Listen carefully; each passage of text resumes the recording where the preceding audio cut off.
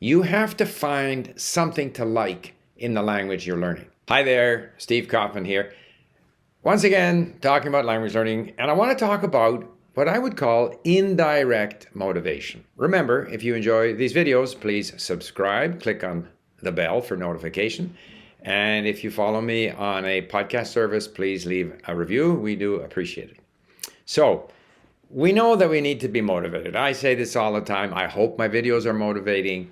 Everyone understands that if you have a motivated student when it comes to language learning and probably anything else, that person will learn on their own. So motivation is the key. But how do we get motivated? So, I was thinking that, I did a video about my interest in history.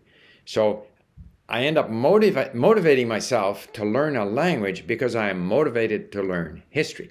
So in a sense, the learning of the language is almost an indirect motivation. It's not because I want to learn the language. It's I'm interested in history, and therefore I end up learning the language. And, that's true with so much in life. If you say, I want to make a lot of money, maybe you first have to provide a service which other people are willing to pay for.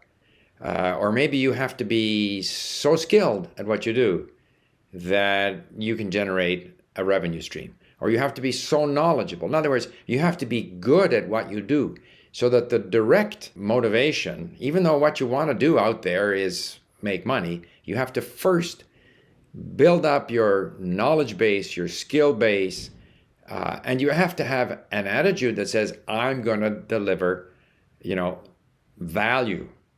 Okay, I'm going to, if you want to be a good shoemaker, to take a simple example, you can't just be motivated for money. You actually have to enjoy making shoes.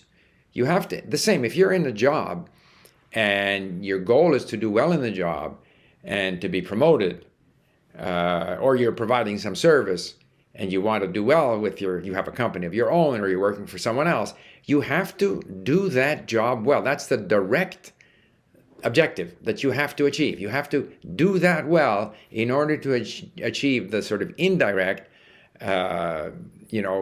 goal that will be the consequence of your commitment to doing the job well or to making sure you have the skills and the knowledge that you need in order to achieve that longer term goal.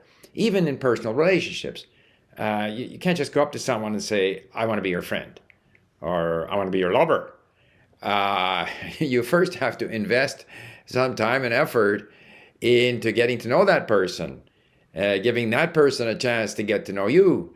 They have to like you. You have to like them. At that level, you build up a connection, an emotional connection or a connection of respect, which then will lead to the result, the long-term, but in a way indirect result, that person and you will become friends or lovers or whatever the case may be. So there's no sort of short circuit. There's no, jumping ahead of yourself. You have to first find that short-term direct goal that you can focus on that's going to lead you to your longer-term goal. Maybe I'm not making any sense here. When I bring it back to language learning, what this means is you have to find something to like in the language you're learning. If you cannot find anything to like and anything of interest, you're going to have a very tough time. You can't just say, I would like to be fluent in English because I need it for my job. I would like to be fluent in German or Chinese because it's going to be good for my career. You actually have to find something in Chinese culture, in German culture, in whatever, Japanese, French, Russian, something that you like. You don't have to like everything. Similarly, it helps if you find a friend. But you don't have to like all Chinese, Russians, Japanese, French, you name it. But you have to find some people that you like. You have to find some aspects of the language that you like. I often quote this expression in French, l'appétit vient en mangeant.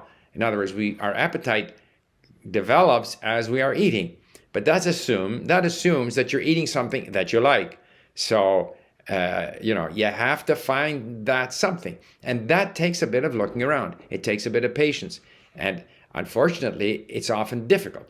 I have found it difficult at times to find content that I'm interested in at my level in the language, because I know that if I can engage myself with content of interest, the learning of the language will look after itself if I do enough listening and reading on things of interest. But I have to find those things of interest. And in some languages, that's difficult to do, because you either have a lot of very uninteresting beginner material, or you have material that is, intended for the native speaker and is too difficult. And it's sort of hard to find content that's going to lead you towards the ultimate, most satisfying type of material. I think that's something that we want to do better at Link.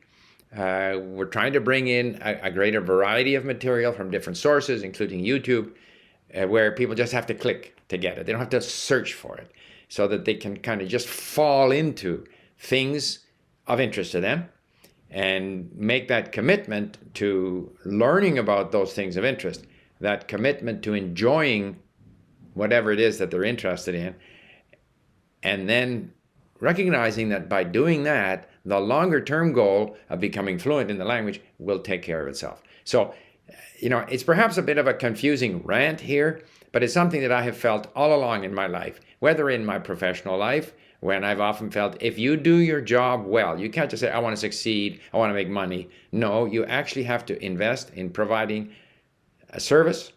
Even working for a large corporation, you have to give before you can get. You have to give more. You can't sort of, when is coffee break, what's in it for me? You actually have to make that investment in providing, service, or working hard, or developing your skills in order to achieve that longer term goal of success or money or whatever. And the same with language learning. You have to commit yourself to something of interest, and you're devouring those things of interest, and your language skills will develop as a result. So it's something that I've experienced. I don't know if this makes sense. I hope it is encouraging. And for people who maybe are at a sort of a doldrum stage where they feel they're not progressing, and they're not enjoying the process, try a little harder to find something that's going to turn your crank, that's going to be, interesting, so that it'll take you to the final goal, which is the fluency and the comfort level in the language you're learning. So there you have it. Thank you for listening, and I'll leave a couple of videos that might be of interest to you. Thank you. Bye for now.